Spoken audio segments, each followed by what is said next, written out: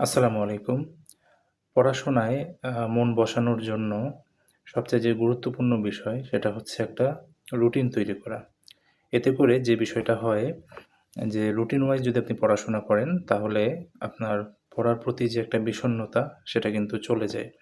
অর্থাৎ রুটিন না করে পড়লে যে সমস্যাটা হয়, কখন কোনটা পড়বো, আ কখন কোনটা শেষ করবো এই বিষয়গুলো হচ্ছে এলোমেলো হয়ে যায়। তাই একটা গোছানো রুটিন কিন্তু আপনার প্রস্তুতিকে অনেক গোছানো করে দিতে পারে।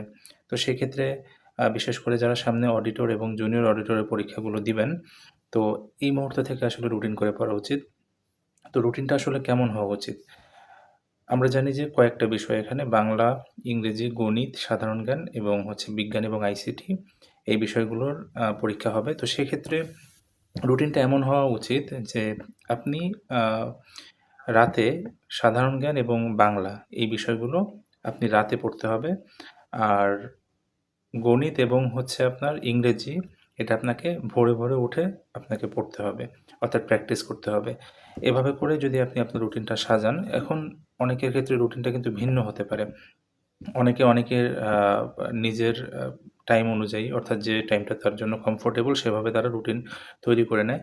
অবশ্যই আপনার যেটা মনে হবে যে আপনার জন্য যেটা পারফেক্ট আপনি সেটাই আসলে আপনি চুজ করবেন। বাট ওভারঅল হচ্ছে যে বিষয়টা যে আ ভোরবেলা আ গণিত এবং ইংরেজি নিলে যেটা হয় তখনকার সময়টা হচ্ছে মাইন্ডটা কিন্তু একদম ফ্রেশ থাকে। তো যেহেতু গণিতে এবং ইংরেজিতে বোঝার কিছু বিষয় থাকে, তো ওই সময়টা কিন্তু খুব পারফেক্ট একটা সময় ওই সাবজেক্টগুলো পড়ার জন্য।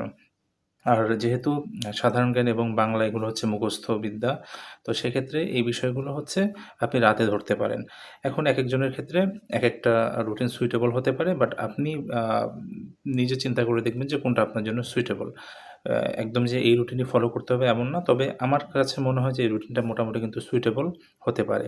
তো পাশাপাশি যারা জুনিয়র অডিটরের পরীক্ষাটা দিবেন তাদের যেহেতু প্র্যাকটিক্যাল থাকবে এবং অডিটরেও কিন্তু কম্পিউটার রিলেটেড বিষয়গুলো থাকবে। তো সেক্ষেত্রে একটা সময় নির্দিষ্ট একটা সময় ১ ঘন্টা ১.৫ ঘন্টা আপনারা কম্পিউটারের যে বিষয়গুলো আছে সেগুলো দেখতে পারেন, টাইপিং করতে পারেন।